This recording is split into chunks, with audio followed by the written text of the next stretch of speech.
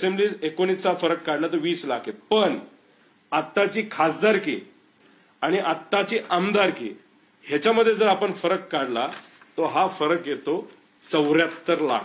म्हणजे 74 लाख लोकांनी अतिरिक्त मतदान लोकसभा आणि विधानसभामध्ये तिथं केलेलं आहे. माझ्या मतदारसंघामध्ये 40,000ली वाढ तिथं झालेली आहे. ते आकडे मी तुम्हाला देतो. आता आमचं म्हणणं एवढंच आहे की ही जी मोठी वाढ झालेली आहे याच्यात गाड्या मोठ्या प्रमाणात लागल्या असत्या. त्या गावामध्ये सुद्धा एक चर्चा झाली असती, अरे जबरदस्त वोटिंग वाढले, खूप मोठ्या प्रमाणात लोकांची गर्दी आहे. ठराविक बूथ सोडले जिथं मतदान जास्त आहे पण बूथ 2च आहे. जिथं 3 बूथ पाहिजे होते ते 2 असल्यामुळे तिथं 9 वाजेपर्यंत चाललं. पण बहुतांश बूथवर मतदान पटकिनी संपलं होतं.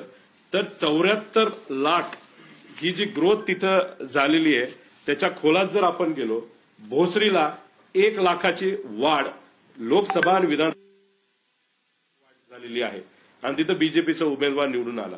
त्यानंतर पनवेलमध्ये 87,000, मावळमध्ये 72,000, शिरूर जिथं अशोक बापू निवडून येतील असं आम्हाला वाटत होतं तिथे 71,000.